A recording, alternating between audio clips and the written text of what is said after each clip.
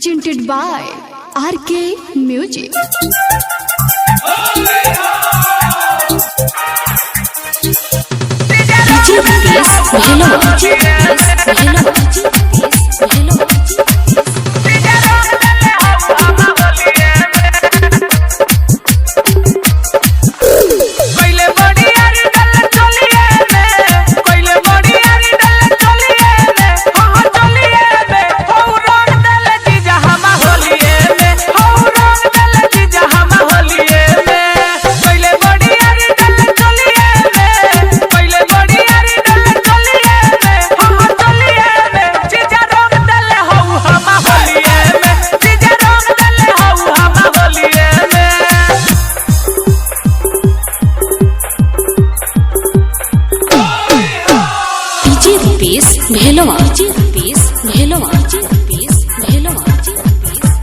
गोरे रे बदन पता कथी होले लगाई लागल पाला भीतर जब हम के बुझाई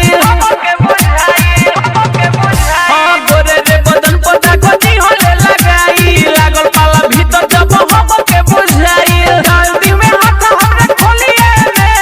जल्दी में हाथ हमरे चलिए में हां चलिए में जीजा रंग दले हो हम होलिए में जीजा रंग दले हो हम होलिए में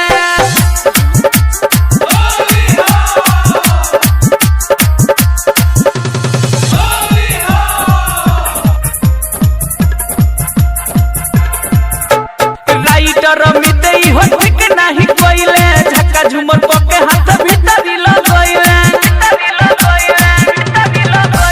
राइटर मितई हो ठीक नाही कोइले झक्का झुमर पके हाथ भीतर लगइले बड़ बनी ऊपर कस के बलिए में बड़ बनी ऊपर कस के बलिए में हां बलिए में जीजा रंग दले हो हम होलिए में जीजा रंग दले हो हम होलिए में